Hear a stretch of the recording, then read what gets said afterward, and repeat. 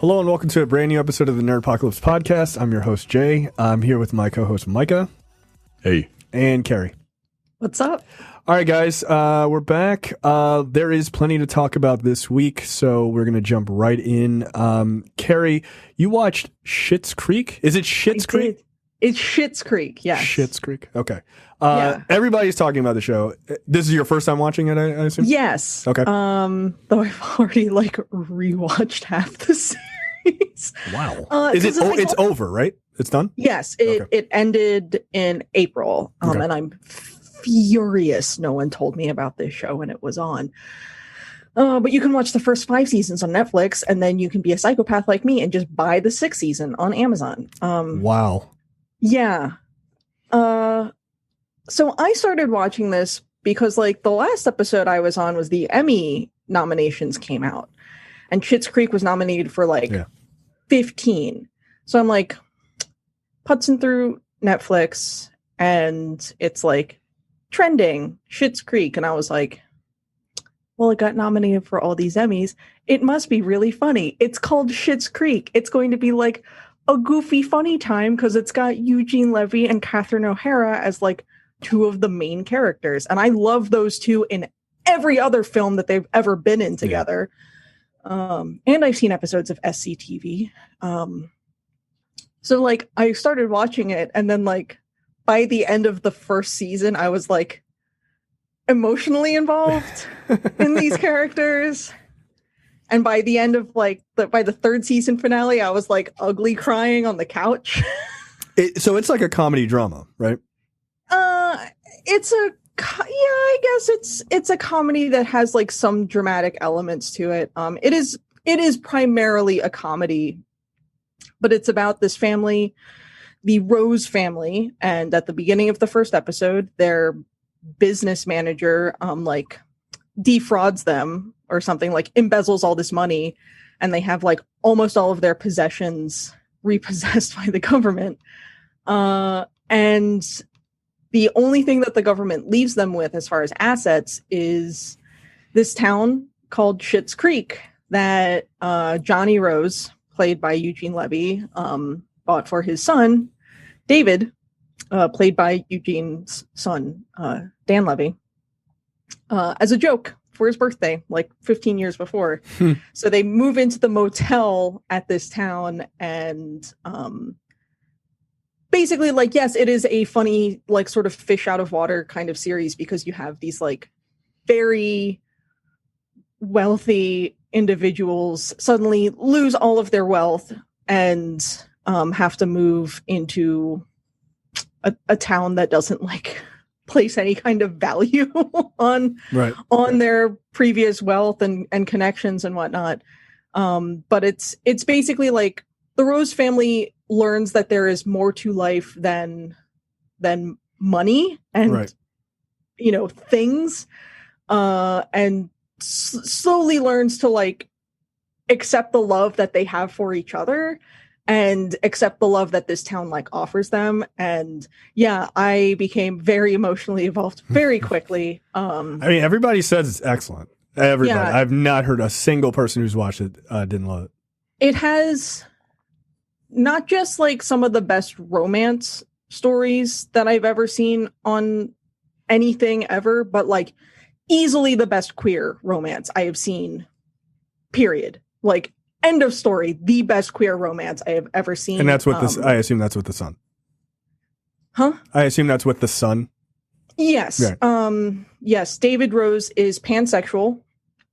And his relationship with Stevie, who's the girl who runs the motel, is really messy and lifelike because it's he's just a disaster. They're just disastrous individuals. But David eventually falls in love with and marries another man. And there is zero homophobia present in the show, period. And that's nice. That's actually a thing you don't often see, which is you always have to deal with that. I guess that's true to life to some degree. Yeah. Almost always in the portrayal of queer romances, it's through this lens of tragedy and, you know, Sure. everything they had to overcome because, maybe, you know, one of them has a homophobic family member or something like that. It's not present in Schitt's Creek, and that was done by design because Dan Levy has said in interviews that it's not necessary to tell a compelling and realistic queer romance, but also he felt if we put homophobia in the show, even in a way to show it as being wrong, there would still be someone at home who identified with that character and felt that character was correct. Oh, that's an interesting perspective, actually. So in order to rectify that from ever happening, they just didn't put it in at all. And it is so much better off for it. They still have their sort of like messy relationship sort of hiccups along the way. Sure, like anybody else. It is. Turns out so gay good. people are just like everyone else. Which yeah, is turns weird, out that what a weird idea, right? Right, that the queer community is just as capable of being fucking chaotic dumbasses as the rest of us. Right. As the old like conservative joke goes, look, if the gays want to fuck up their lives by getting married, more power to them. Like, yeah, go ahead. Are you crazy? Go ahead. But like as a queer person, it for me, like it felt very validating. Like, you know, people always say like representation matters and whatnot. And like as a woman, it was one thing to be like, okay, cool, like Captain Marvel, awesome. But like this was on such another level for me as a queer person, to be able to like instantly relate to that character and how fucking messy he was. Which I've always said about you. I've always said I am also a mess. Been telling people for years. Look, it's fine. It was very, very good. The show is brilliantly written. I cannot recommend the show enough. Okay. But yeah, by the end, I was just like having like full gross, snotty, ugly cry on my couch. So thanks, Dan Levy. Thanks for that. Hey. Good TV, it's so good. All right, cool. It is on my list of things to check out. I have to get through what's the show about heaven and hell? The Good Place. Which is also very good. Like, I don't think you hadn't started watching that, right? No, I haven't. I've just been like rewatching Schitt's Creek, and I feel like that show would totally be up your alley. Like, I'm sure 100%. So I feel the same way how you feel about Schitt's Creek. I feel the same way about Cobra Kai. Slightly less crying, but only slightly. I was gonna say, but only slightly. Did these karate boys like pulling your heartstrings a little bit? Look, they kind of do, man. They kind of do. Look, there's no crying in karate. No, but look, I think so. Cobra Kai was originally a YouTube original series that then Netflix picked it up because like YouTube originals just fucking died. They were like, this isn't working. And so Netflix picked it up, and it's got 2 seasons are on Netflix now, the first 2 seasons, and then the 3rd season comes back next year. I talked briefly about this when it first came out because I had watched like the first like 1 or 2 episodes. I'm through the first season. This show is so fucking good. It's so well done. There are, you know, we often like spitball crazy ideas of like how to extend a series from 30 years ago or something like that on this show, right? This is like one of those ideas, not that we had, but like one of the, like you could see people sitting around and being like, what if we went back and saw what happened to Daniel and Johnny 30 years later from the Karate Kid? Like just pick up right from there. And that's what the series is about. But then it also deals with the idea, like there was a very famous YouTube video that came out. I forget who did it. And it was all about how Daniel LaRusso was the actual villain of that movie and not Johnny, which is just hilarious. Like they kind of like turn everything on its head. But the show sort of does that, right? Like they kind of take that idea, but they don't make Daniel a bad guy. They just show you that both kids had valid perspectives, right? Yeah. And like it literally picks up where Johnny gets kicked in the face and loses. Like he gets kicked in the face at the end of the first movie, and then he wakes up 30 years later, like out of a drunken stupor, right? And he's just like a fucking total loser. His life went to shit. And you know, there's circumstances obviously why that happened. And he's an alcoholic and everything else. And meanwhile, Daniel goes on, lives his life. He owns like the big car dealership in town, right? It's LaRusso Auto or something like that. And he like sells cars and he gives out little bonsai trees with every car sale. And he's got like a karate gimmick and also, so like he uses that as a way to be very successful. And he's got this great family and his normal family life. Meanwhile, Johnny's this complete shit. He's got like an estranged son and everything else. But then Johnny meets this kid who's getting bullied. Like he's outside of like this mini mart getting beer, and he sees this Hispanic kid who is roughly their age, the same age as they were in the original movie, and he's getting bullied, and he kind of resembles Daniel, incidentally, just physically. And he's getting bullied, and these kids kick the shit out of him. And Johnny steps in and saves this kid. And this kid's like, "Oh, you got to teach me karate. Oh my God." And so then he ends up trying to restart Cobra Kai dojo and all this other stuff. And so he's like being the father figure. He's the Mr. Miyagi in a way to this kid. Meanwhile, Daniel ends up through a series of events getting a student that he's teaching. I won't go into who that is. It's actually really well done. And so their lives start crossing. And there's a great moment in like the 9th episode of this first season where like Johnny and Daniel, every time they cross paths, they're just like, fuck you, man. Like they still hate each other for like the dumbest reasons because of a karate tournament. Right. And like even Daniel's wife is like Johnny came over to his house and he was like going to fight Daniel at one point. And she's like, "You're like two 40-year-old men. You're going to have a karate fight in front of our pool? Like, the fuck is wrong with the two of you?" And they're like, "You want to go, man?" And it's like, they look ridiculous. And so they sit down to eat together, and then they end up like going to a bar, and they find out like both of them like lost their dads, and like both of them were bullied and like treated like shit. And like, that's why they had their perspectives. And it humanizes Johnny and it humanizes Daniel more and shows like he's not as perfect and as good, like perfectly good of a person as he's presented, and Johnny's not as bad of a person. So it's like, it's not a hero and a villain. It's like two sides of the same coin. It's really well done. I'm totally enjoying it. And both of their students are going to fight at the All Valley tournament, which is like super fucking cool. I mean, there's a couple of like winks and nods to the camera. Like there's a part where Daniel's training this kid that he's bringing up, and he's like, "All right, I want you to go clean these cars at my dealership," and he's teaching him the wax on, wax off, and he like almost turns to the camera and goes, "I love this part." And you're like, as a fan, you're like, "Oh, the wax on part." Like it's a lot of nostalgia, like the same music, and they go visit like different spots from the original movies. It's very well done. It's a lot of fun. Like if you like the Karate Kid movie, even if you just like one and didn't see the other ones, you would totally dig it. Like it's super good. So it's on Netflix. I highly recommend it. So I remember when this first came out and like YouTube put the first episode up for like anyone to watch. Like you didn't have to have YouTube Red or Premium, whatever the hell it is. Yeah, that's how I saw it, because I was not going to buy that. Yeah, no, because like I watched the first episode and I was like, this seems cool. And then like I wasn't going to fucking buy YouTube Premium. Yeah. So I didn't watch the rest of it. But now that it's on Netflix, I'll probably. Yeah. And I think it's like trending. It's like number 1 or something like that on Netflix.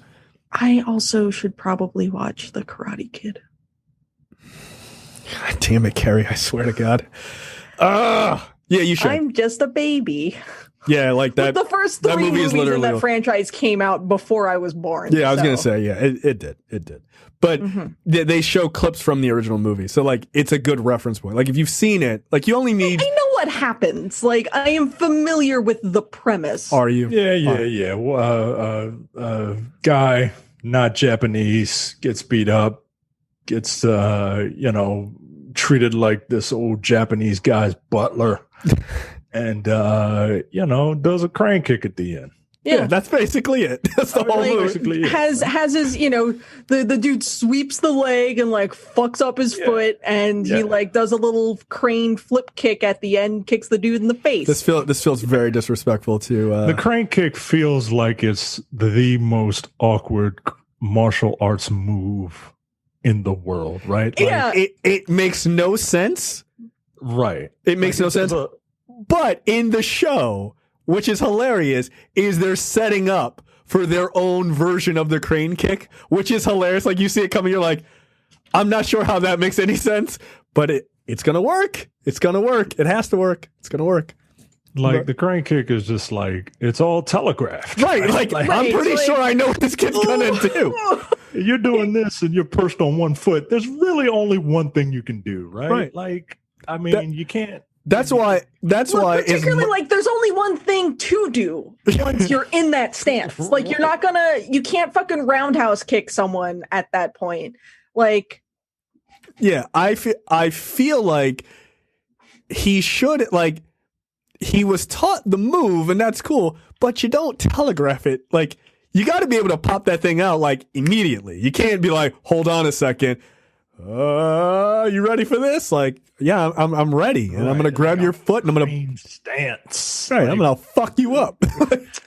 Cranes aren't known what's super for funny being that predators. the wiki page for the crane kick basically says, Don't do this in a fight. You're gonna get killed. The move's effectiveness has been questioned by critics. The premise of the technique is to lure the opponent to move forward into a counterattack by appearing vulnerable. But in practice, this is not tactically sound. Standing tall with 1 foot flat on the ground creates a stationary target for an opponent to strike, while spreading your arms wide leaves the head and center of mass undefended. Right. It is also an extreme feat of athleticism for any fighter to leap off 1 foot that's already bearing all of their body weight to deliver an effective strike with that same foot.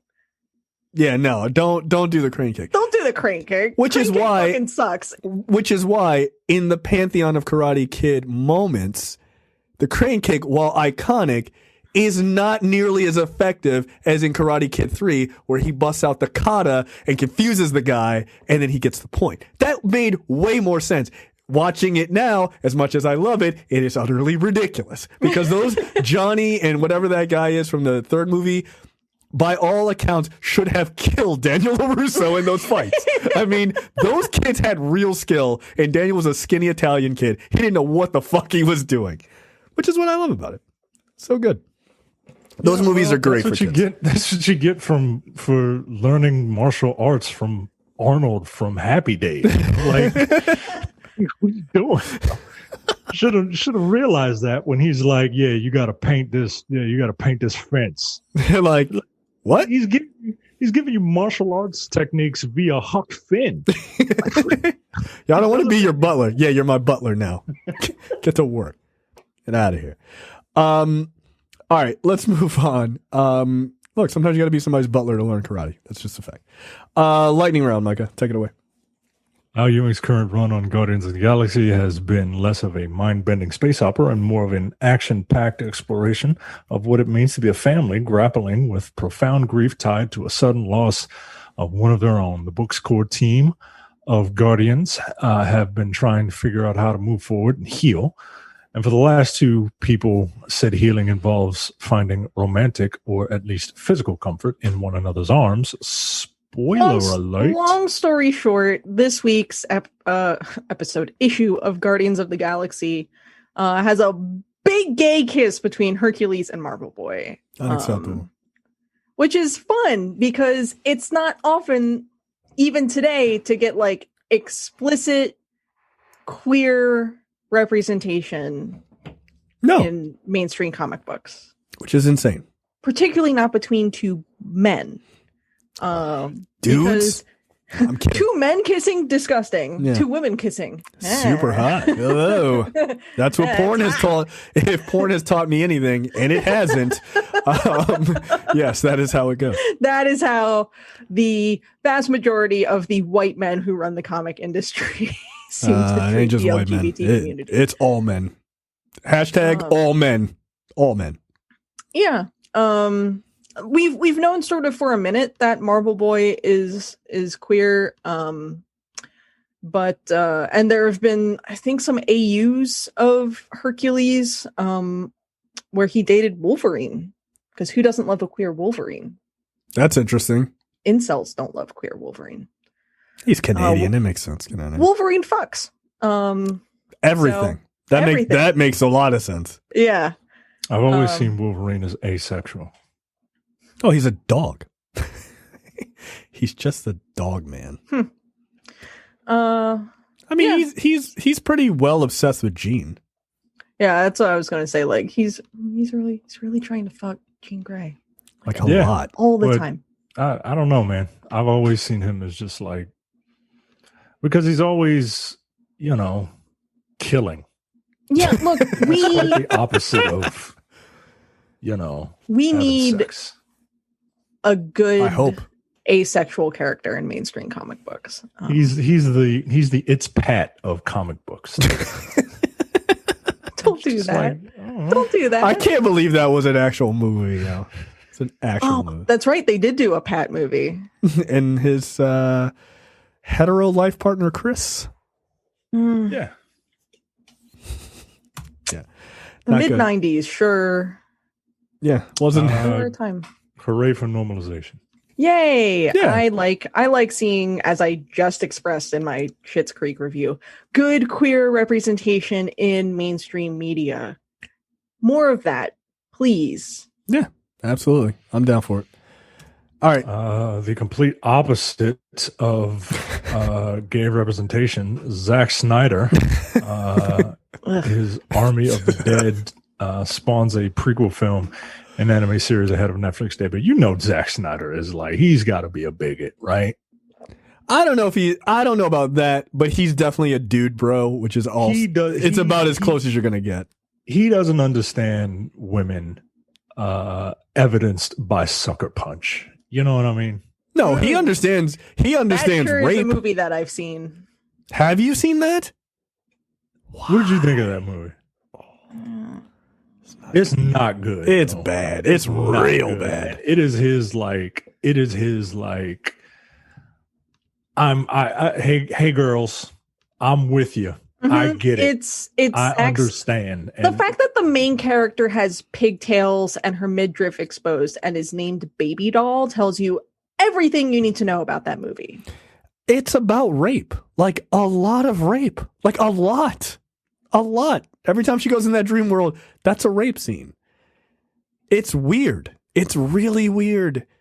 I was hyped. I mean, Mike and I and 6 other dudes went and saw that movie. We're like, this is going to be the dude movie of the year, man. 4 hot chicks kicking ass. Can't wait. All of us hated it. Yeah. All of us hated it. It's a fucking terrible movie. It is. Yeah, I don't Stop think jerking Zack off to Snyder that has movie and any watch it. idea how women function. Zack Snyder seems like the kind of guy who assumes that women pee and bleed out of the same hole. Yes, only Zack Snyder believes that. What an asshole.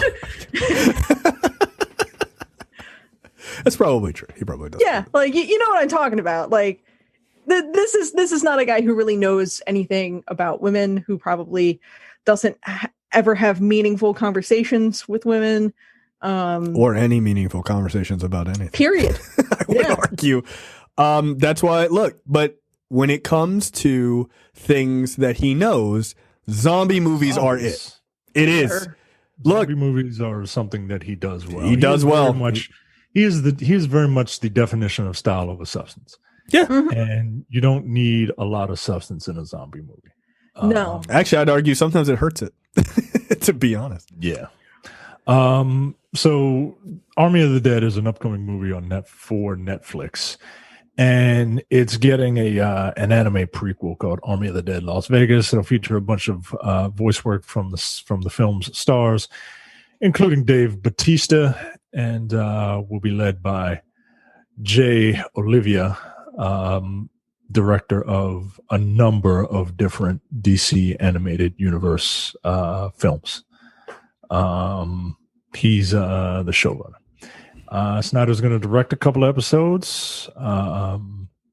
Dave Bautista Ana de la Reguera, Very You're nice. doing great. Tig Notaro, Great. Omari Hardwick, and Ella Purnell, who are in the movie, will all reprise roles. Okay. It's a little, it's very interesting that, I mean, they must think Army of the Dead is quite good. I mean, it's Netflix. They don't necessarily think it's good. They just like content, right? Well, that, and they're looking at their algorithms, right? Like, And yeah, good is relative, right? right. Like, That's kind of what I mean. Like, will it do well? yeah, Six Underground ain't good. I really enjoyed it. Oh, 100%. I can't wait for 7 Underground or 5 Underground, whatever the hell. Yeah, speaking of that, they said that Spencer Confidential 2 is definitely happening. I was like, this is fine. Again, I'll watch it. it's fine. It's fine. Yeah, it's something to watch. Yeah. You know. But yeah, they must have confidence that this will do well.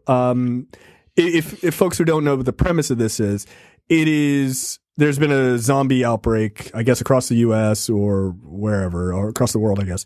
And Las Vegas is covered in zombies, right? It's a hot zone. So this guy who owns a casino there, or did own a casino there, he hires a group of like zombie mercs, right? Like these guys would just go in and kick zombie ass for money. And he hires them to go in and retrieve his just a shit ton of cash that's like locked in this vault in his casino. And so it's kind of a, ocean zombies kind of movie, right? Like you got all the badasses and the funny people all together on a team to go in and retrieve this money. So that's the idea. Watch that. Yeah, I'm gonna watch the shit out of it. Are you kidding me? I just want a trailer. Just show me. And I guess Dave Bautista is the lead, because he's often mentioned first, so I assume he's the lead. That's fine. Again, their algorithms everything must be working out, because they're giving this, three different avenues to grow. So it must mean something. But again, style over substance. It's fine. The Mandalorian season 2 has a premiere date of October 30th. Hell yeah. Is there something you want to see in this that you didn't get in the first season? No. Just give me more. Give me more of that. The first season was so fucking good. Yeah. And knowing that we're getting Rosario Dawson as Ahsoka Tano, we're getting Boba Fett in this Oh, is that season. right? Yeah. I didn't know that was confirmed.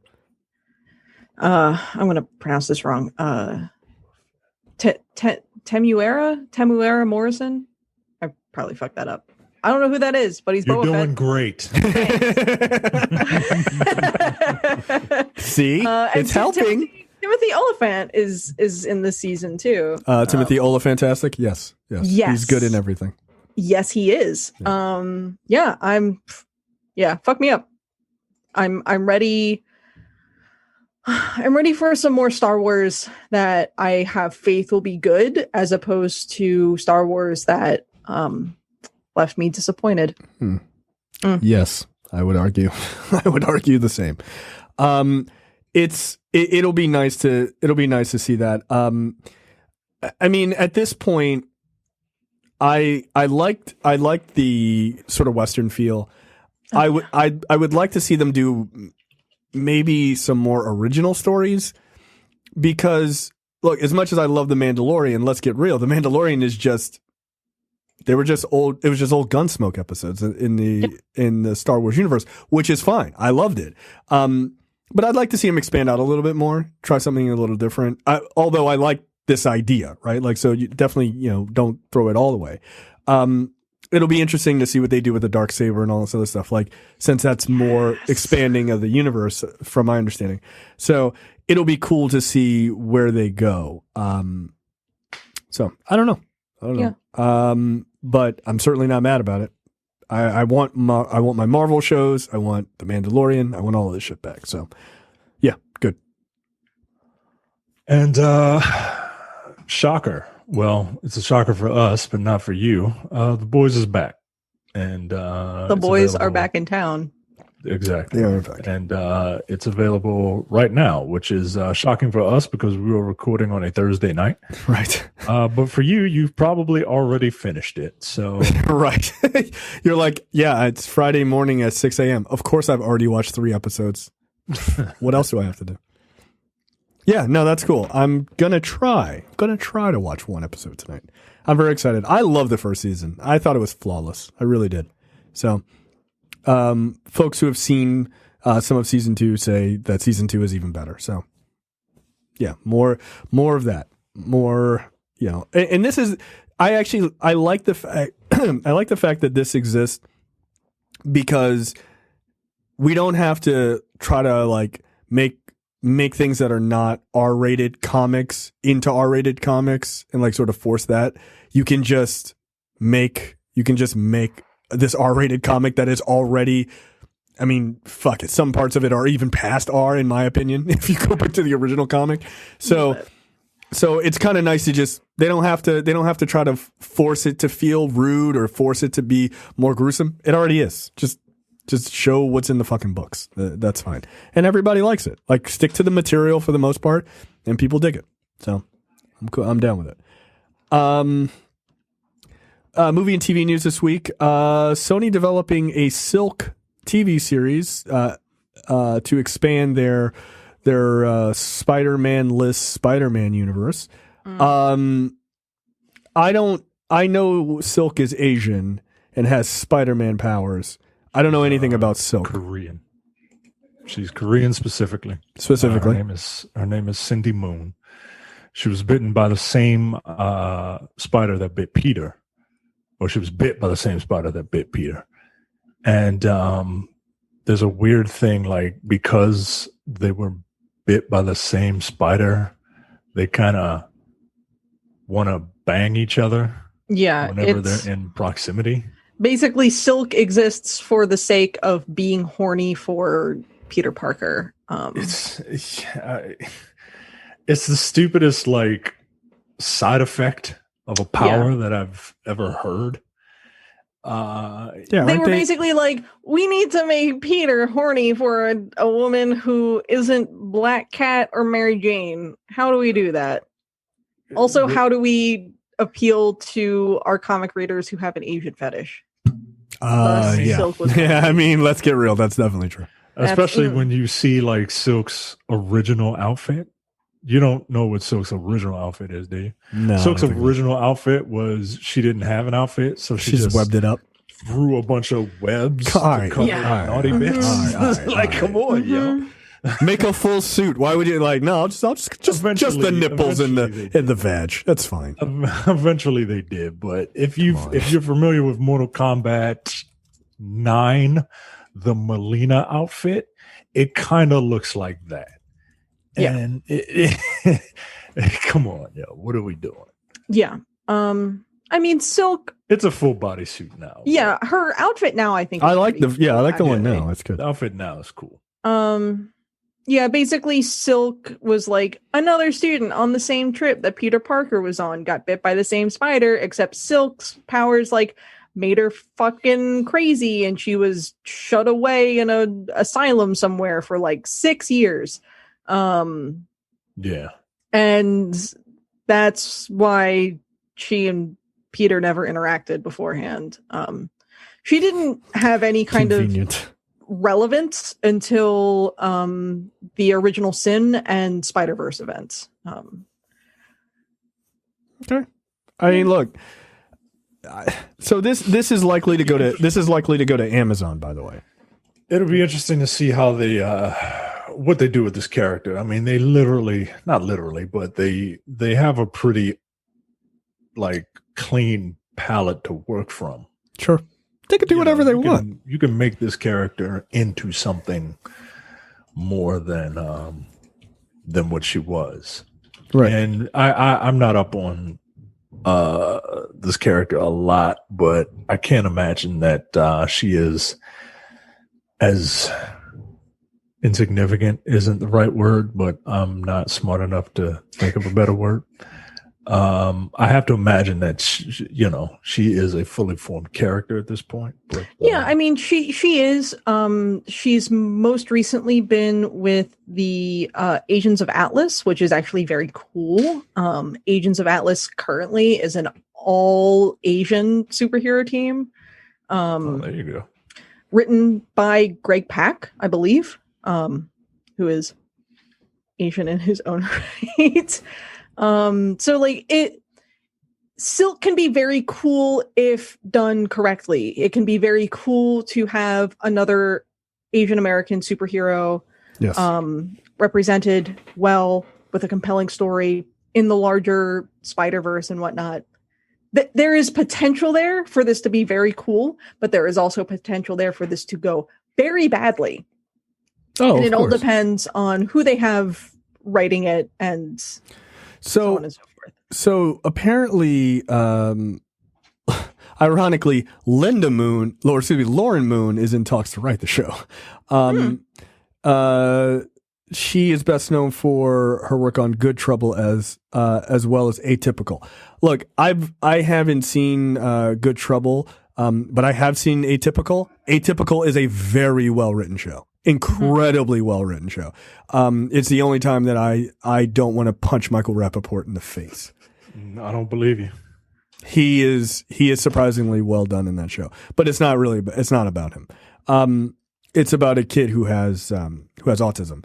And it's to show you how well it's done. It's a show about a kid with autism that is more drama than comedy, but it threads the needle in respecting people with autism and showing just sort of like there's funny moments in life that happen because, like he doesn't get sarcasm and things like that without ever poking fun at him.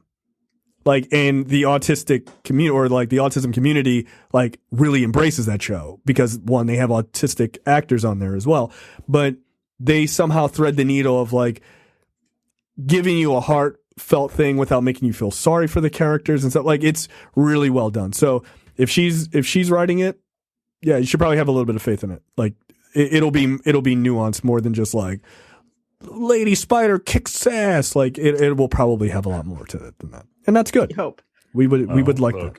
As long as Michael Rappaport is not in it, then I will watch it. Michael Rappaport will be playing Silk, which is odd, but he's more black than black people and he's more Asian than Asian women, so yeah. That's how he feels about it. He should be great. He should be grateful. That's right. Anybody is putting him in anything. He looks like a Mr. Blobfish. People were right. He looks like he has a perpetual disease. Which disease? Any of them. All of them. You pick. That guy sucks. Next up, the Batman halts filming due to Robert Pattinson getting COVID-19. And I'll just and other crew members had tested positive as well. Oh, really? Okay. Yeah, it started, the news broke where they were like, we're suspending production because crew members tested positive, and then I guess they tested everybody else on set, and surprise, Batman has the Rona. So, God damn it. Here, and I'll couple this with the next story, which is The Rock tests positive for COVID-19, as does his entire family, which is really fucking scary, by the way. He has two very young kids. Mm-hmm. Can we just make bubbles like they're doing for the NBA? Like, just like, hey, you signing up to be working on the Batman, you're in the bubble. Like, it is what it is. You're just in the bubble. Or if it's like, oh, this shoot is really long, all right, break it up. If it's a 6-month shoot, let's say, you're in the bubble for 3 months, everybody takes off a couple weeks, back in the bubble, everybody gets tested, everybody back in the bubble. Just do the bubble. Yeah. I don't understand this like back and forth shit. It doesn't work. No, I mean it obviously doesn't work. Yeah, I don't know about the logistics of a bubble approach to film production compared to like the NBA. It's like, okay, cool. We're at fucking Disney World. We're putting we got all these hotels on site that we're putting people up at. We have the Wide World of Sports complex that has X amount of courts available at any given time. And everyone's like tight like in a very tight little, Sure. square mileage. And I don't know that it's necessarily quite as feasible to do it with a film production, and that's just entirely depending on where specifically things are being filmed at any given time. Yeah, I mean, like, I guess my thought is we have closed movie sets, right? Like we see big production films like the Marvel movies where we see very little of those films before they come out because they're mostly closed set. We can't do this. Like, yeah.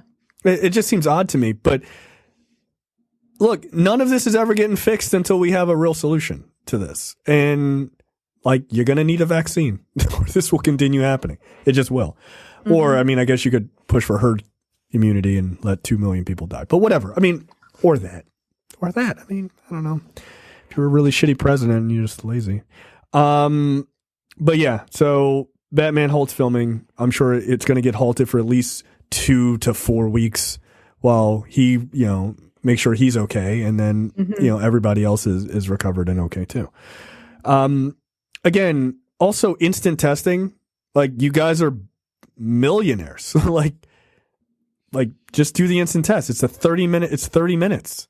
Hey, get ready to start today. Cool. Come here. Shove this rod up your nose and, go sit down, have a sandwich, and we'll let you know in 30 minutes. Like, again, there are solutions. Rich people are having parties, and that's a part of the entrance fee. Surely we could do this with movies. It seems odd that, like, they're not. It's an interesting story. Tyler Perry is now a billionaire. I don't think it's from his movies. I would assume that it's from renting out part of his studio, right? Because he's got that huge it's studio not area. just that, right? Like, he's a mega producer, right? Does he produce a lot of stuff outside of his outside of his own stuff? Yeah, he's a huge producer, and he's okay. probably I didn't know probably has a bunch of stuff on the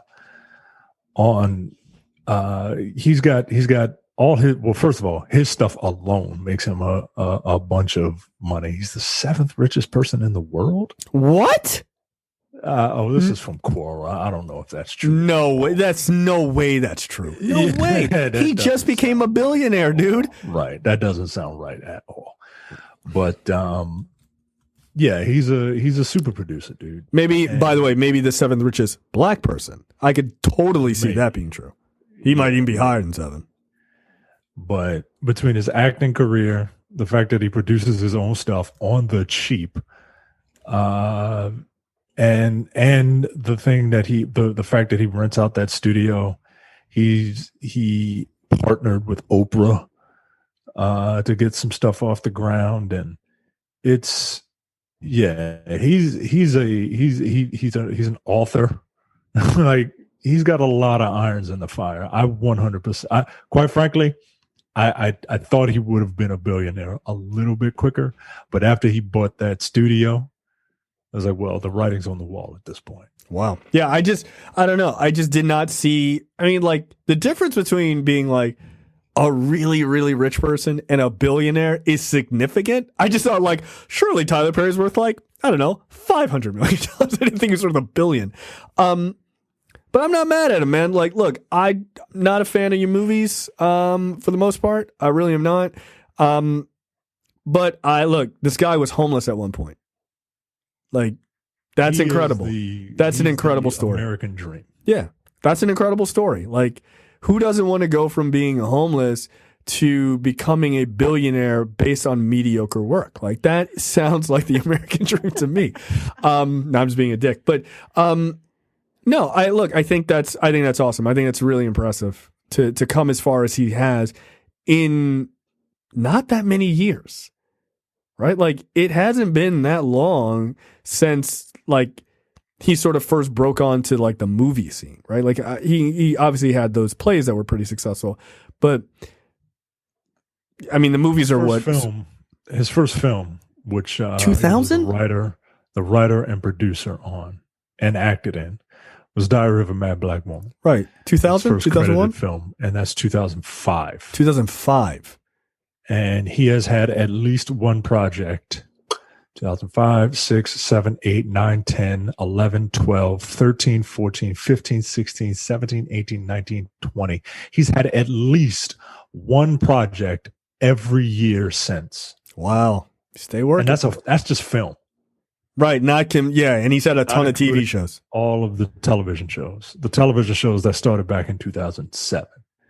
Not including the stage work which started back in 1998. So, yeah, I 100% believe it. Look, he screams about work ethic and all that.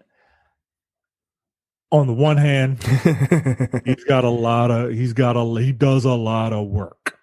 On the other hand, a lot of that work ain't good in my opinion. Right.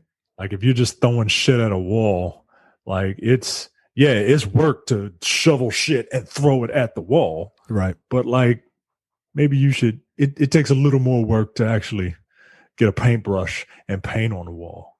You know what I mean? You hating. You just shovel shit, man. Like, get out of here. You lazy, man. Get out of here. No, but look, I look, as much as we give Tyler Perry, and rightfully so, that is a hell of an accomplishment. It really is. And he should be proud of himself. Like that's really dope. Because you'll never hear the end of it. You'll never hear the end of it now. Oh, no. No, the next time he makes a shitty movie and we should he a billionaire. Like, yes. And what have you done? I ain't made $1 billion. You're right. You gotta make $1 billion to critique a billionaire. Yeah. Like what? Yeah, that's how it works. That's how it works. Never say anything about Jeff Bezos unless you have Jeff Bezos money. That's how it works. By the way, Jeff Bezos' ex-wife is now the richest woman in the world. Good. She's worth $68 billion. Good for her, man. Good for her. Look, if I was her, man, I would just be giving away money just to spite that nigga. I'd be like, fuck you. Like, you got $68 billion. You can give away $67.5 billion. You will be fine. You'll be fine. You will live out the rest of your life with no problems. And she's got all that interest money. Come on, get real. Mm-hmm. This is a really sad story. We actually had to kick someone out of our Black on Black Cinema fan group over this. Cutie's director says she received death threats after Netflix poster backlash. Ted Sarandos, the head of Netflix, actually called her to apologize. So if folks don't know, Cuties is a movie that was getting like rave reviews at Sundance. It won the director, the Sundance Directing Award for drama at Sundance this year. Right.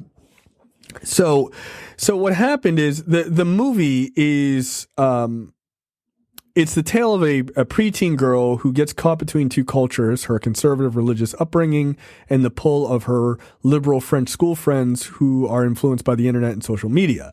They're in like a little dance troupe or something, right?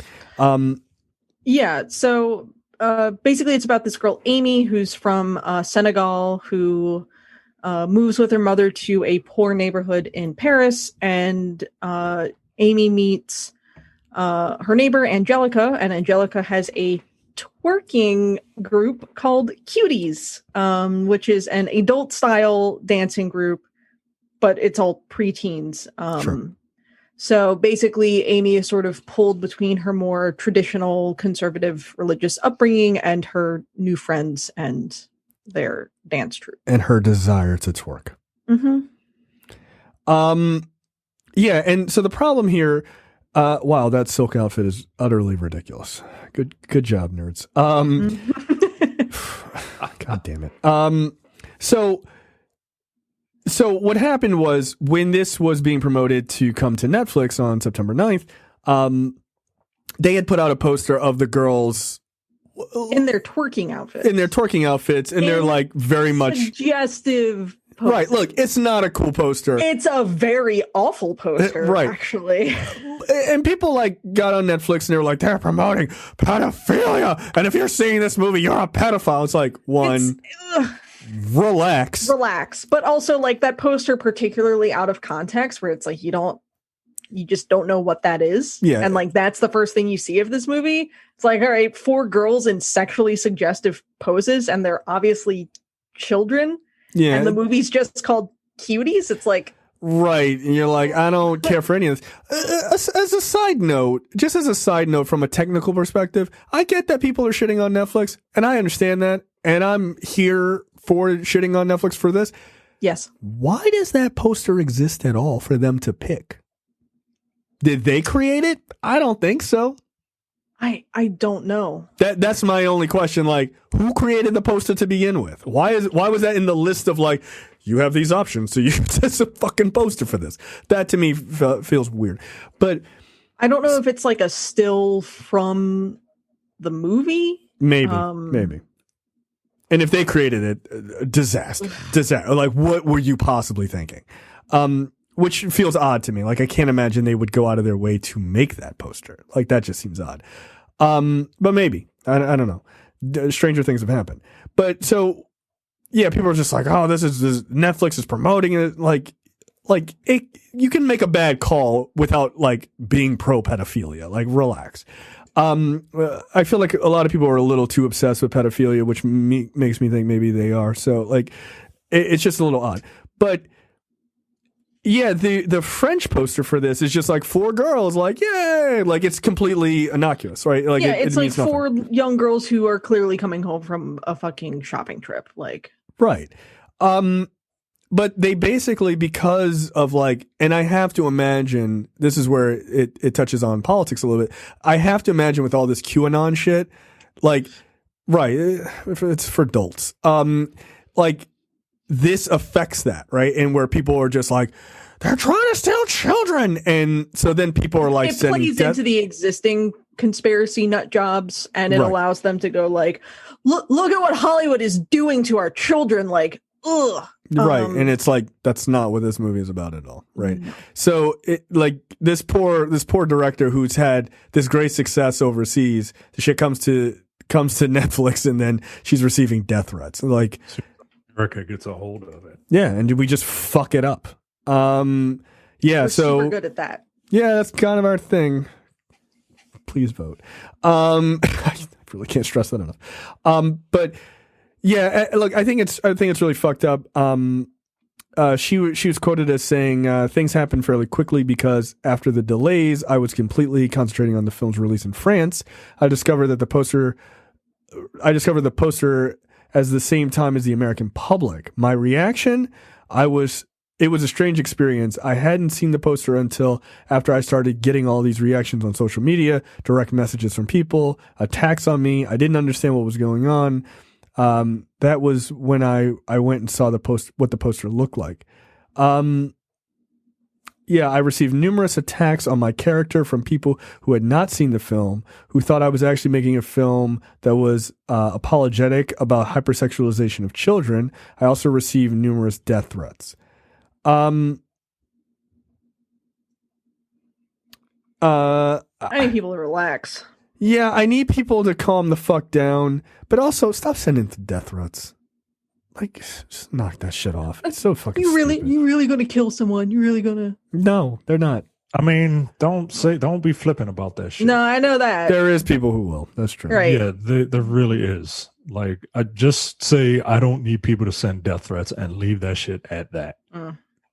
Yeah, there was a woman who drove into a car with 2 parents in it because she thought someone was stealing their children. Like, people are nuts.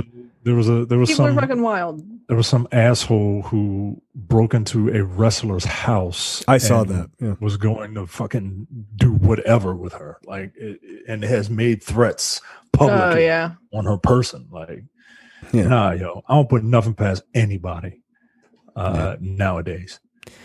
Look, this poster is in bad taste. I don't, but when I see it, I'm not like, why are they overly sexualizing our young girls? Like, I mean, my whole reaction was just, ugh.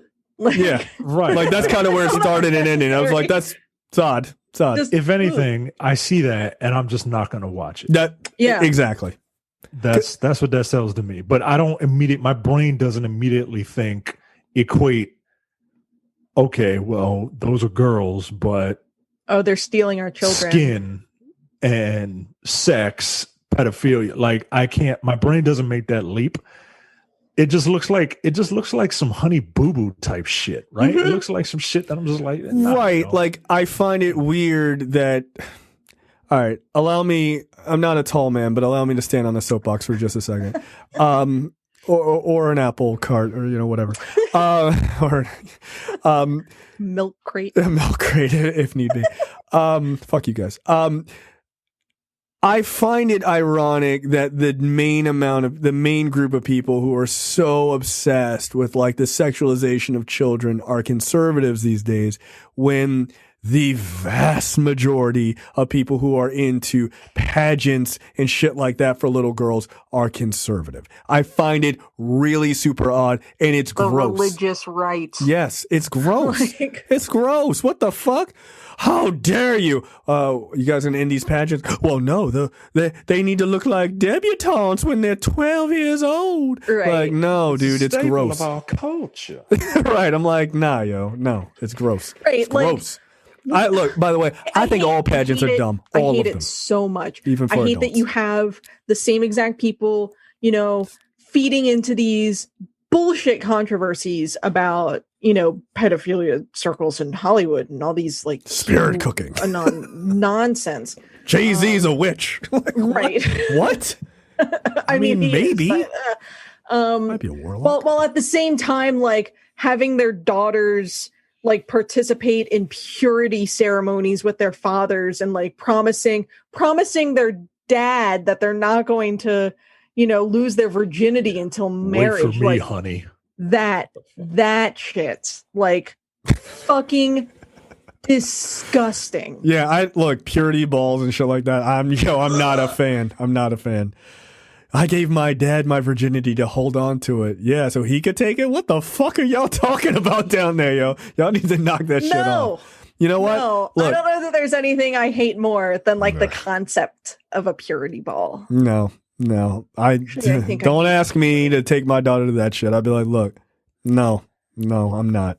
Teach my daughter not to just give it up to some moron with a Coors Light six-pack in the back Just of a teach your van. daughter what a condom is, and she'll probably be better off than a lot of these girls Oh, yeah, those who girls are just... going to purity balls and who are only ever taught that abstinence is the right way to do it. Well, no, they're also... That's how you end up with 16-year-old mothers.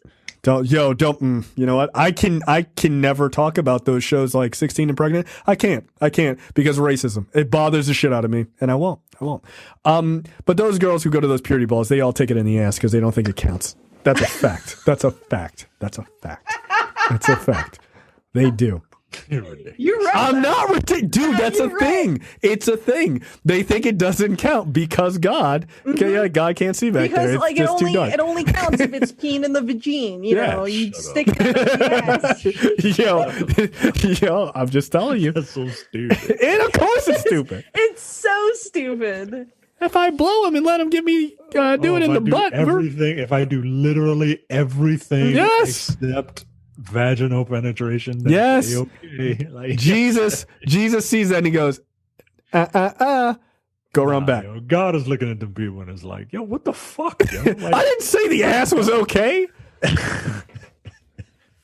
quite the opposite. But, Look, right, I'm pretty sure I said there's the still- opposite. Don't you get mad when dudes do it? They're like, What are you do? What are you doing? it's fine. Look, we also still have fucking men out here who think that like a hymen is like a fucking temper evidence seal on a woman's vagina. It's like the Oh, pop top for It's like Tupperware. yeah. Like you gotta burp It's it. like no, before it's you like a close Capri it. Sun. You gotta like Yeah, you gotta just kind of like a you gotta juice box. feel around.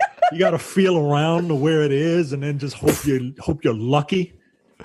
That's fucking. It's like Yo, that is the Capri- best analogy. a I've Capri ever Sun. heard, yeah. Like, hold on. Got it. Yes. Yeah, because if you don't get a Capri Sun right, you can just throw it away. It's fucking. There useless. are legitimately men out there who think that if like a woman has a fucking hole already down there, that they cannot possibly be a virgin. Who literally think that like you have to break through a hymen in order to like have sex with a woman. That's No, not how hymens work. Yes, it is. It's the cover, right? Like it's the seal. It's a protective film that you have to. You have to use. You have to use your remove. Before you have to use can your straw. access the gummies inside. You have to use your straw that's just like slightly sharp on one side. Yeah, exactly. You have to just jab it. Right. Pop it in there. Yeah. Like saran wrap. Yes. That's exactly.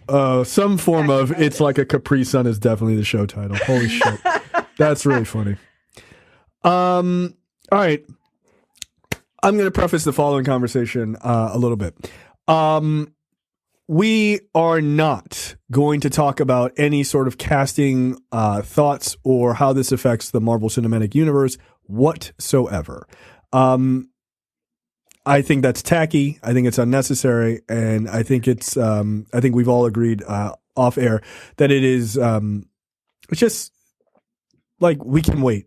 The most important things are not movies that affect us. It's just not. So, saying all that, so don't be like, so what do you guys think? Don't ask. Don't ask us. We'll talk about it at some point in the future. So it was the untimely death this past weekend of famed actor Chadwick Boseman. He died at the age of 43 of colon cancer, which he's been fighting apparently for 5 years. And nobody knew except for a very tight circle of people. I mean, even people like Spike Lee, who was director of The Five Bloods that he was in, Kevin Feige, Ryan Coogler, they had no idea.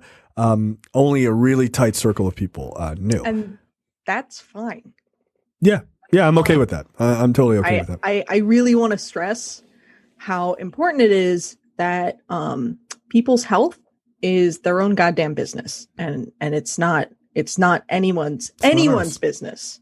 Famous or not, it is not anyone's business to broadcast their health issues so that you feel like you have to be nice to them. You should just be nice to people anyway, regardless of health issues. I would give one caveat to that, which is I and everyone else in the country should know what the president's health is.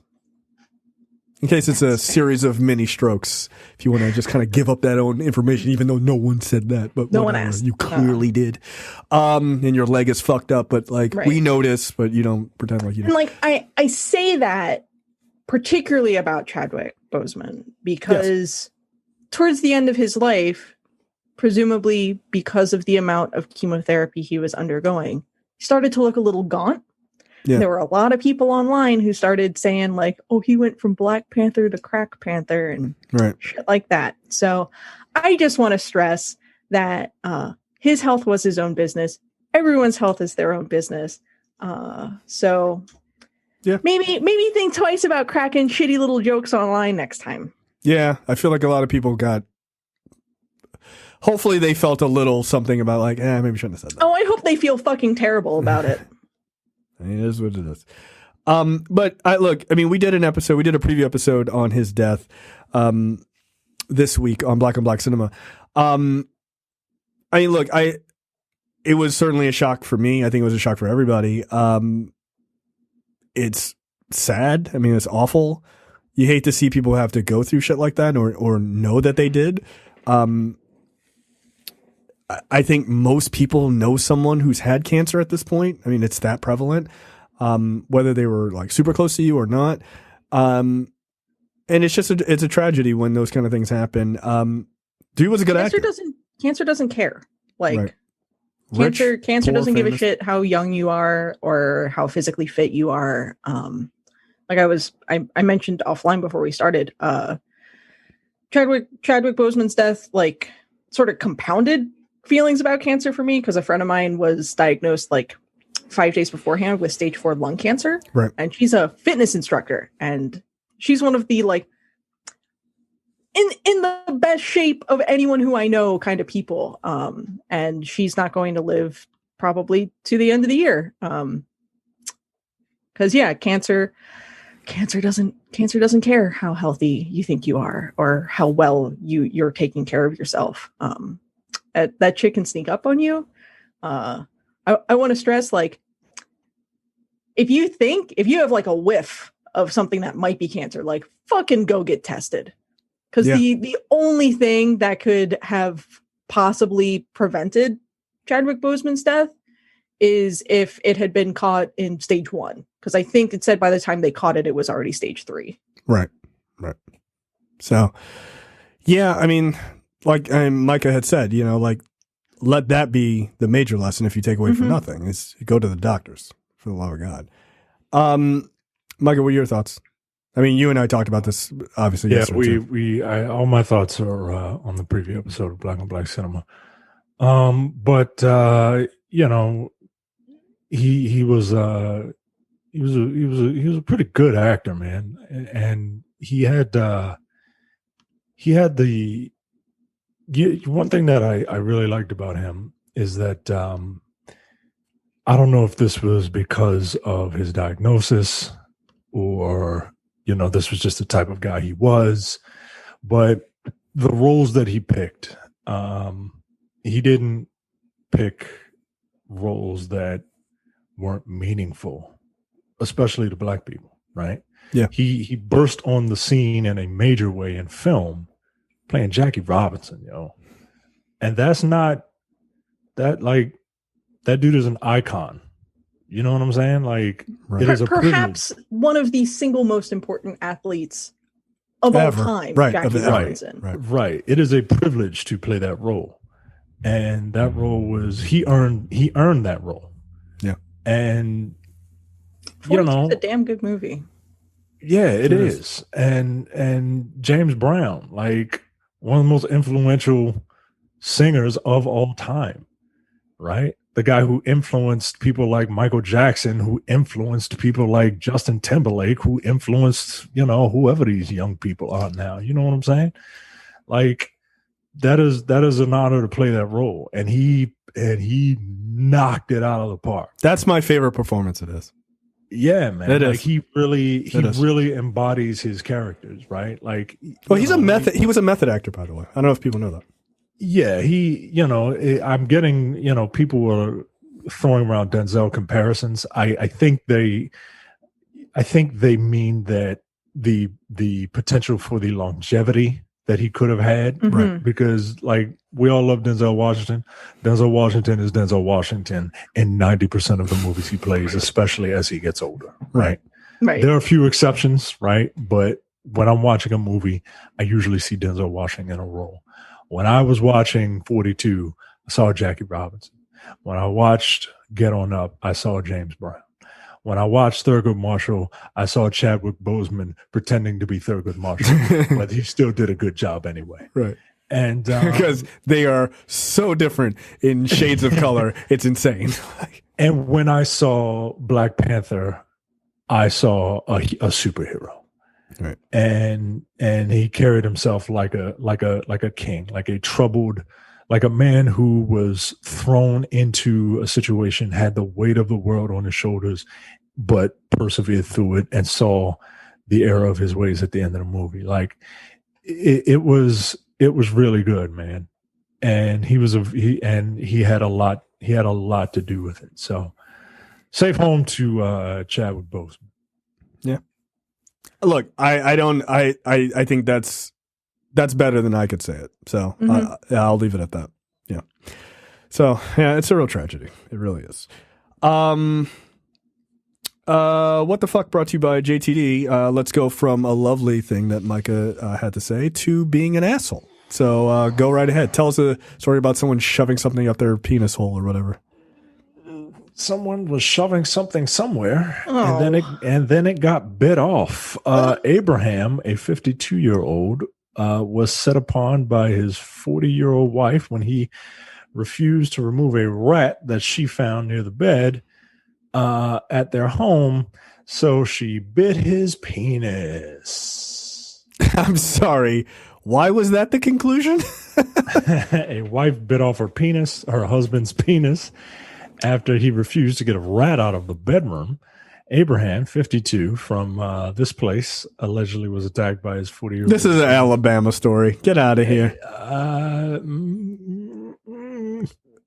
China? This is in Zambia. Oh.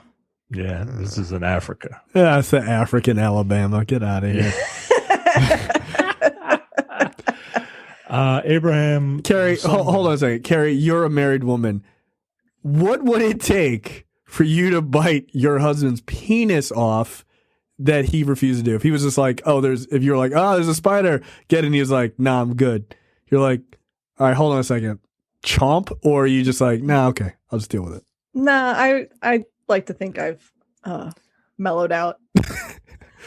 She's like 5 years ago. No, this definitely is me. 5 years ago. This woman's making a lot of good ideas. She's making a lot of good points. All right, go ahead, Michael. She claimed the animal was pestering her and became infuriated when she came home from drinks with her pals to find a rat near bed. Feeling unable to sleep while the pesky rodent had the run of the room, she ordered her husband to get rid of it. A scuffle apparently ensued when he refused, with the wife managing to sink her teeth into her husband's genitals, causing a, quote, major tear. The police told like, you gotta bite pretty hard to like. You gotta bite that hard. You gotta bite that hard. It's not. I feel like it's I don't not, like it's still muscle, right? Like, yeah, but like it's cartilage. I feel like you got to be on a mission to like. Yeah, you got to. It's got to be deliberate. That's 100%. Right. Yeah, it has to be deliberate, right? But like, it don't have to be like a vice grip. You know what I'm saying? Like, right. It's you can have someone bite your bicep, and it's just gonna leave a mark, right? You bite that, it's gonna rip. Don't do that. Look, if you got a rat in your room, did she bite it off when it was soft? Like, I guess I can understand. That's what I'm guessing, right? Like, I'm more. guessing he's not like in the middle of a nocturnal emission, and she just wakes him up and is like, "Get the rat!" And he's just like, "Nah, yo," and she's just like, I like the why was that her first idea? I'm having problems. Like, yeah, so is he. Logically figuring this out, like how do you bite someone's dick off? Because like it'd be one thing if she was like giving him a blowjob and like right, and it was an accident, right? Like, yeah, right, like the rat's in the room, like, go girl, you got it, yeah, yeah. And she gets mad, bait and switch, and be like, oh, like I'm not mad. Let me give you a good old beej. And surprise, motherfucker. I don't know. Like, how do you this woman hates this guy. The dick if it's not already in your mouth. Right, like exactly. Like if my penis is exposed to the air, mm-hmm. and a woman's mouth is coming near it, it's gonna be hard. Sorry, like it's just the way the world works. Like these are the scenarios that are taking place. Like, get out of here. Like your spider sense starts tingling, and you just jump out the way, yo. Like it. Right. If you come in full teeth, like no, I gotta go. I gotta get out of here. No, this is a disaster. Yeah, I don't know what y'all doing over there in Africa, but like y'all need to chill. Yeah, her pastor probably told her to do this. He's like, drink this motor oil and then go home and bite your husband's penis off for wealth. And she was like, all right, that sounds good. That checks out. The math, in fact, checks out. All right, Carrie, you're up.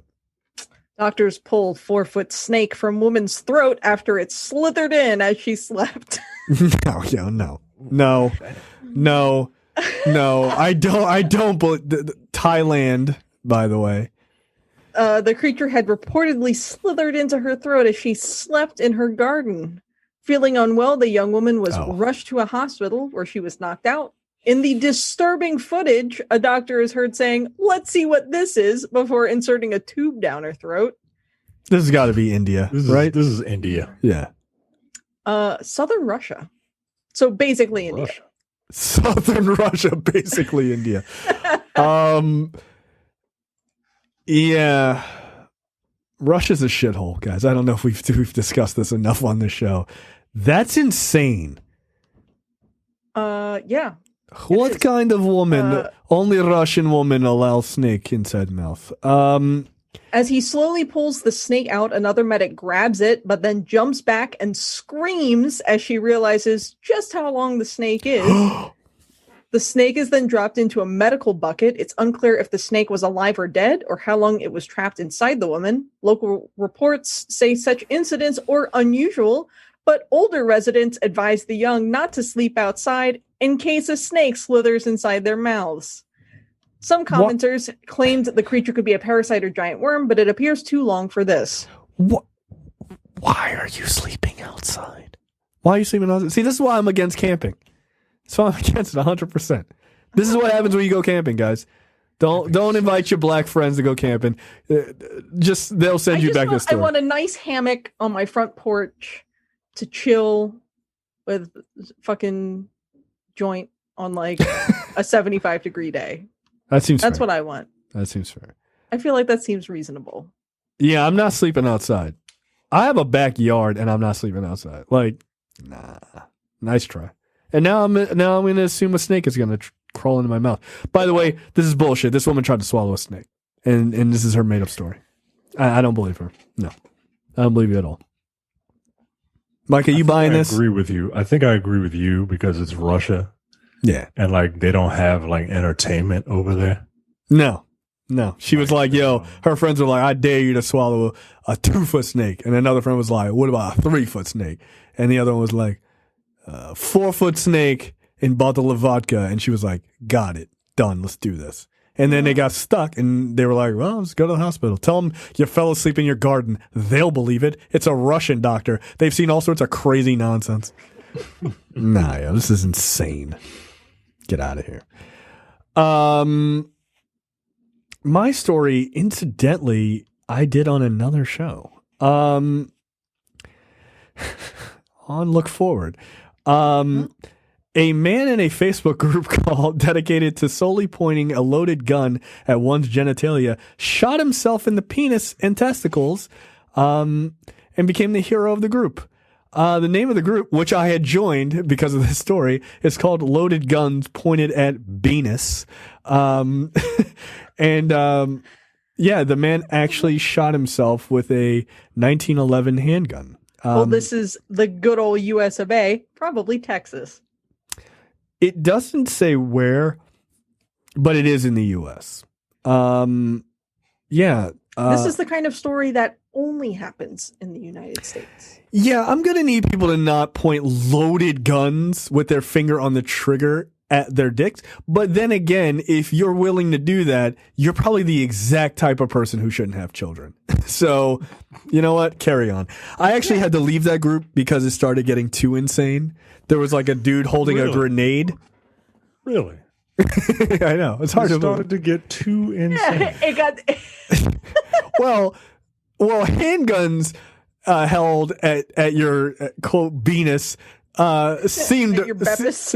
it seemed silly but somehow reasonable.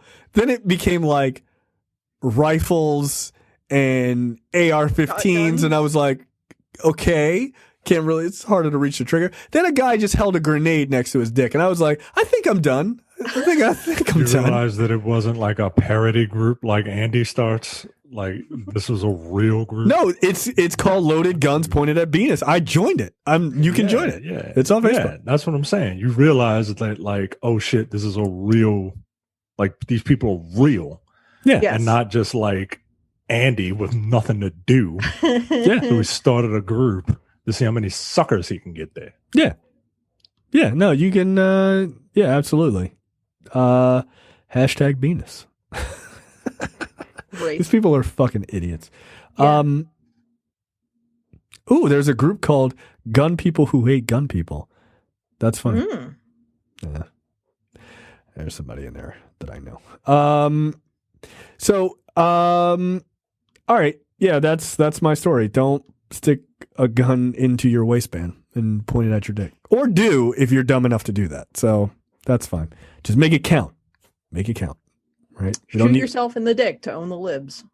Yeah, that way you'll get promoted to admin of the group. Yeah, and your bloodline will die with you. Thank God. Most people just ask you questions to make sure you listen to the show. Nah, this guy, you gotta shoot yourself in the dick to prove your loyalty. Yeah. What are you, some kind of lib cuck? Oh, you got both your testicles? Oh, you triggered, bitch? Oh, you triggered now? Like, yes. Yes. Yeah. Extremely triggered. You got me. Really triggered. Do it again. I dare you. This time, point it at your head, and then I'll let you know how it goes afterwards. Moron. Trailers this week. Welcome to Blumhouse, or Blumhouse. It's sort of a fast trailer for 4 different movies that Blumhouse is doing on Amazon. They're releasing them sort of like 2 weeks apart, I think, or maybe even 1 week apart. But it's a lot of like sort of young, good actors in it, and some familiar faces, obviously, like Felicia Rashad, and the guy from that movie we just did about the sommelier. So yeah, there's a lot of young actors, some people from like Mr. Robot and stuff like that, and they're all just sort of horror films. So yeah, no, thanks. So it looks like The Lie and Black Box arrive on October 6th, and Evil Eye and Nocturne on the 13th. There you go. So I'm cool with it. I don't know that I'll watch it. I'm not a horror person, though I think Blumhouse does some pretty interesting stuff, low budget. So it all depends. I'll wait to hear. I'll ask Terrence. He'll be the one to sort of run with us. Because I'm a chicken. All right, Micah, go for it, you dork. Yeah, this trailer for No Time to Die, the second trailer is it looks good, man. It looks good. It looks like Daniel Craig is going to be the type of actor who has a franchise where every other movie is really good. Yes. And Lashana Lynch looks really good. Yeah, she does. Rami Malek. Yeah, she does. Rami Malek looks really good in this. Leave me alone. I'm looking at some of the action, like the one like action beat where Bond is being like chased down by a car and he's on foot and he's like, shit, I got to figure out how to get away from this. So he ducks under a rock and then the car jumps over the rock. And that's a clever little setup. That's what I want out of my James Bond movies, man. I want action that I haven't seen before. Right. Mm-hmm. And this looks like it's going to deliver, especially in that, like, God, this looks so good, man. It does. Fuck, yo, fuck. You know my biggest issue with this trailer, though? I can't see this fucking movie, yo. No, but that's my biggest issue with the trailer. November. No, it's not. You're not seeing this in November. Oh, here's the thing, though. I think it is coming out in November. I think it will, too. Yeah, because Tenet's out, too. You ain't seeing it? Like a phase 3. Fuck, yo. Yeah. Yo, Maryland's in phase 3 tomorrow. We're gonna have to go to a drive-in. Like, we're just gonna have to drop the kid off at my parents' house or something, and we're gonna have to. I want to see this. I'd actually be super down for seeing this at a drive-in. Fuck, yo! I really want to see this goddamn movie, man. Like, I want to see this more than Tenet, yo. Yeah, well, you're a huge James Bond. I definitely want to see this more than Tenet, but my interest level in Tenet is 0. So, and I'm interested in Tenet, right? Like, Christopher Nolan makes smart movies for dumb people, right? And it's, I enjoy them, but like, yo, this is in your wheelhouse. If James Bond, yo, right. I think it looks really cool. Look, I'm not gonna lie, that jet looks fucking awesome. Yo, with the folding wings, that shit looks super dope, man. Like it feels, that is the first time in this entire Daniel Craig series where I'm like, that feels more like Brosnan Bond, right? Yeah. Like more the wacky gadgets and over the top shit. Yeah. Crazy. And it goes underwater. It's a sub too. Like what the fuck? I love that shit. Yeah, that was dope, man. That looks really good. Lashana Lynch looks like my realtor in this movie. Wow. She looks like Denise, yo. Like I can't get over it. But yeah, man, this looks so good. It looks so good. Like I'm gonna rewatch his other films. And this is something that's special, right? Because like these movies follow one another, right? Like right, this is all one story. With the other films, they don't necessarily have an overarching plot, you know what I mean? But they it's just James Bond on random missions, right? But this one, with this reboot, with the Craig reboot, it's like this is a saga, right? And you know, it's not perfect, right? As much as I love as much as I think Skyfall is fun, it doesn't make a lick of sense. No, it's incredibly convenient. From the movie itself to the themes of the movie to like it, just a lot of it doesn't make sense, but it is very, very fun. And you know, I'm gonna rewatch all these movies before November, and I hope to be able to catch this at a drive-in. Yo, if they put this on video on demand, yo. Oh, 100% I'd buy this. Come on. Or rent it. Yeah, absolutely. $50 for this. Come on, man. This is That's what I'm just like, yo, just put these things on video on demand. Put this on video on demand, yo. Yeah. I really don't want to have to go to a drive-in to see it. No, I want to just watch it at home.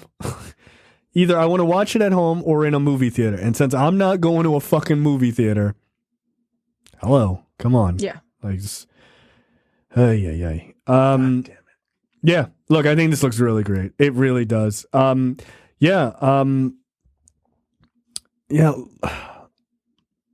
Yeah, she looks really fucking badass as a 00 agent. Like, she really does. Like, I'll be curious to see how her character is received. You know, there were plans to spin off Halle Berry into her own franchise. But, you know, that movie stunk and she was bad in it. Yeah, she was not good. And so I'm kind of, it looks like they're trying it again. Look, you know, introduce this, you know, and Lashana Lynch looks like a fucking badass. Yeah, she super does, man. I love it. She looks cool as shit. One shot of her just walking into the darkness, yo. I'm just like, yo, come on, man. Yeah, like, give me this shit, man. Right. Look, kill some dudes. This is James Bond at its best, right?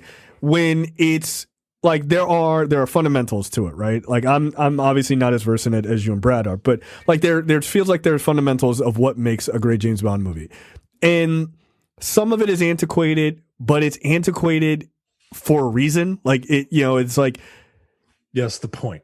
That's right. Like it's supposed to be frozen in time almost, right? That's the point now. Back in the day, it wasn't the point. Like it was just right. That's just how they did movies. Right. That's in particular, like this is how this man like wanted this character to be, right? Like the ultimate man. Him and men want to be him, right? Like the ultimate gentleman spy, right? But now, as we have slightly evolved, the whole point of the sexist, misogynist dinosaur, like that, and even back in the Brosnan era, right? Like the whole point of it was to shine a light onto it.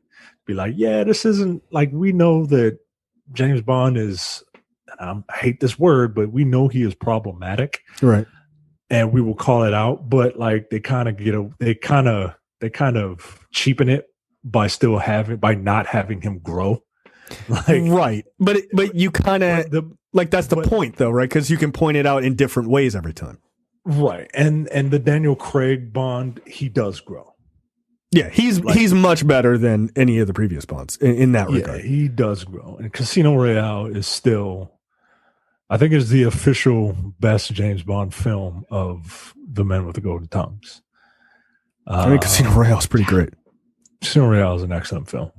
Not just a James Bond film, not just a spy film. It's an excellent film. Like you asked me what type of movie I'm into is stuff like that. Yeah. And, fucking army techno trash spy nonsense. That's your general sphere. Yeah, man. I can't wait for this movie. Yeah. And I really wish I could see it. Yeah, you won't. Please put this on video. They will not. No, they actually might. Because, I mean, the Bond movies, while popular, I don't know that they do, like, they're not billion-dollar movies. They have a worldwide popularity. Right. And that's what I'm saying. I think you might be able to garner a pretty good amount of payday from this if you put it on video on demand. I'm hoping that the best case scenario is obviously video on demand same day, right? I don't think that's going to happen. What I do think is going to happen is there will be a world premiere. People around the world outside of the U.S. will be able to see it. Hopefully, it will make gobs of money, right? Enough that that it will be released on video on demand shortly after the worldwide release for us sheltered Americans who aren't allowed outside, right? Because, like, my wife, she sent me this trailer. She was like, "You want to risk it?" And I'm like, "No, I don't." I don't do that. Like, of course I want to, but I'm not going to. Like, come on, yo, what are you doing? She's not having a good time at home. Yeah, no, of course she wants to get out and be a normal human being like everybody else. Of course. Yeah. But, yeah, man. This looks super dope. It looks super dope. But like that idea of like it's got a sex appeal to it, and I don't just mean like the women. I mean like it's just got a sexiness to it. Like just the way it's shot, it's very slick. Like even when they show the plane deploy, like for it to drop down and spin and expand, you're like, oh shit, like whoa, like it's everything about it is just like it's very sexy and like just sexily done. But one thing I noticed in the trailer that I actually really appreciate is the women fighting is like real Front Street. Like the woman he meets in Santiago, I'm not sure of her name, and then Lynch that he meets later, like them shooting and like physically fighting is very much right in your face. It's not like just a quick moment and they move on. Like there's a couple scenes with that, which I thought was like that is how you modernize Bond in a different way. Is like you put him around other people who are not just a bunch of cigar smoking dudes. Like, you know, there are women that kick ass just on the same level as him. You get Phoebe Waller-Bridge to punch up the script. That's right. What you do. That's right. and that's what happens. Yep. And look, Craig asked for that too. Yeah, of course, because he's not stupid. Like he knows what this character is, and he knows that this is one of the roles that is going to define his is a highlight on his film resume. Absolutely. And you can, if you can usher James Bond into a more progressive era, like, and have people love it, like that. I mean, that is something, man. It is. Like people remember back in the day, people were like, this guy's blonde. That's not James Bond. Yeah. Like, that was the big deal. Like, I remember that. I knew a woman, she's a huge movie buff. She was like, I'm not seeing it because of that. I was like, that's the dumbest thing I've ever heard. Stupidest thing I've ever heard, yo. It's the stupidest thing I've ever heard. Yeah. But you know, look. I'm sure she's seen them all. We get mad when comic book outfits aren't, you know, exactly how they were drawn. Just take Rick's arm for God's sake, please. So on the one hand, I get it, but at the same time, like, I'ma still see it. You know what I mean? Yeah, of course. Like, get out of here. Didn't you watch Boy State? And I'm not finished. Oh, okay. Yeah. You're gonna finish New Mutants? Yes. Everything I am hearing about that movie sounds awful. I don't know why you and Cam hate yourself, man. I gotta see it. No, you don't. No one has to. I gotta see it. I gotta know. You ain't gotta do nothing but stay black and die. Yeah, I mean, you're right. You know, Crazy Joe. But like, I literally watched. I was trying to decide whether I was gonna sit down and watch New Mutants that I paid for, or go to the drive-in and see, or if I was gonna watch Boy State on Apple TV that I paid for, and I thought about both of them for 5 minutes, and then I decided to watch Boy State, which so far I'm very impressed. I'm very interested in.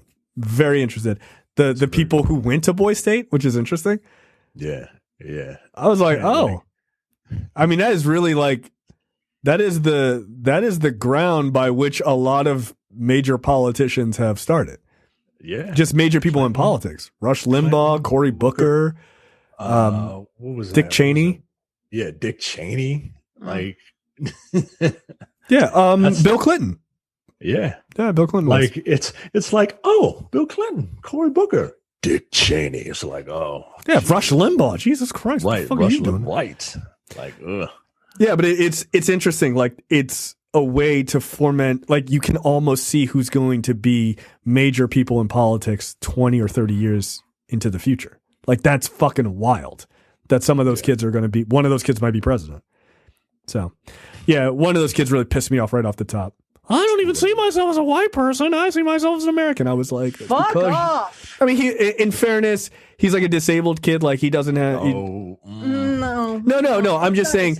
No, it's not an excuse. I'm just saying, like, that kid has other things he has to deal with. I'm like, do you think that people just see you as white? Are you sure? Okay. That kid, man. Good luck. I've never wanted to drop kick a disabled person before. Wow. Until the end of that movie. Look, I already feel sorry for the heavyset Latino kid. Yeah. He's got the Beto shirt on. He's like, he's from Texas, and he's like, I'm liberal and I'm one of the only liberals here and everyone else is a conservative. I'm like, I just want to stand with you back to back and just fight all of these kids with you. Like, I just do. All of these kids are annoying. That kid, you and Renee can be like the holy trinity of common sense thinking. Yeah, everybody else there, I'm like, all of these kids are conservative as fuck. Like, wow. Oh my God. I'm like, I just want to. Have any of you been punched in the face before? Any of you? Jesus Christ. Yeah. I can't imagine Cory Booker going there and ending up to be the nice guy that he is. That just goes to show you how nice of a person Cory Booker is. Oh. Yeah. All right. That's it for us. We will see you guys next week. I will have a review of New Mutants, I think, if I can get through it. I think. Well, you can use Grease as your palate cleanser because you'll be back with me next week. I would much rather watch Grease. Musicals. I much rather watch Grease. That's fair. I guarantee you I would watch Grease twice before I really want to watch New Mutants. It's that boring already. All right, that's it for us, guys, and we will see you next week. Thanks. See ya. Bye. You're watching the Nerdpocalypse YouTube channel. Make sure you click that button to subscribe and check out our weekly podcast where we talk about movie, TV, news, tech, and weird stories from around the internet.